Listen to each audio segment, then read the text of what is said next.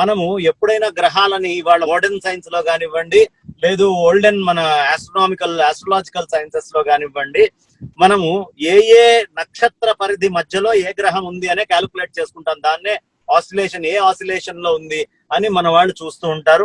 కాబట్టి ఆ కాన్స్టిలేషన్స్ ఏ కాన్స్టిలేషన్ లో ఉంది అని మనం చూసుకుంటున్నట్టుగానే పూర్వము వీడు పుట్టినప్పుడు ఏ కాన్స్టిలేషన్ లో ఏ గ్రహం ఉంది అని ఒక స్టాటిక్ ఫోటో, వాడు పుట్టినప్పుడు దాని గ్రహ స్థితి యొక్క ఫోటో తీసుకొని దానిని బట్టి ఫర్దర్ గ్రహాల నుంచి వచ్చే ఇంపాక్ట్ ఈ మనిషి మీద ఏముంటుంది అనే క్యాలిక్యులేషన్ తోటి మన ఋషి మనకి చెప్పి ఉన్నాడు. కాబట్టి అంత ఆస్ట్రలాజికల్ పరిజ్ఞానం, వాళ్ళకి ఆస్ట్రోనామికల్ పరిజ్ఞానం ఉంది. కాబట్టి వాళ్ళు చెప్పినటువంటి విధానంలో ఈ రాసుల వాళ్ళకి ఈ పర్టికులర్ టైంలో ఉండేటటువంటి కాన్స్టిలేషన్ ఏది ఉంటుందో అది యోగ్యంగా ఉండదు, నెగిటివ్ ఇంపాక్ట్ చూపిస్తుంది, మనస్సు మీద ఇంపాక్ట్ చూపిస్తుంది, మానసికంగా వీక్ అయ్యే అవకాశం ఉంది.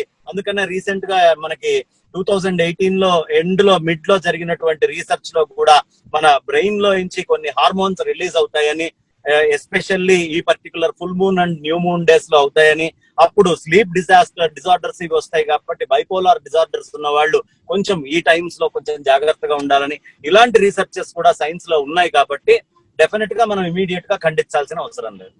ఇప్పుడు సైంటిఫిక్ గా ప్రూవ్ అవ్వలేదు, ఇదంతా కూడా గ్రహణాలు ఇవన్నీ కూడా మనం సైంటిఫిక్ గా రాంగ్ అని ఎక్కడైనా ప్రూవ్ అయిందా? అంటే జన విజ్ఞాన వేదిక వాళ్ళు చెప్పేది ఏంటంటే ఇదంతా కూడా స్వామీజీలు చేసేటువంటి కుట్ర, అసలు గ్రహణాలు లేవు, ఏమీ లేవు. స్వామీజీ నిన్న పుట్టాడు, మొన్న పుట్టాడు. కానీ పంచాంగాలు, గ్రహణాలు అనేవి మీకు థామ్సన్ పుట్టక ముందు, గెలీలియో పుట్టక ముందు, హబ్బెల్ పుట్టక ముందు నుంచి ఈ పంచాంగం అనేది భారతదేశంలో ఆచరించటము, డైరెక్ట్ గా ప్రపంచానికి ఉండేటువంటి చేంజెస్ చెప్తున్నారు. మన వాళ్ళు హోరా అంటే దాన్ని అవర్ అని వాళ్ళు తీసుకున్నారు.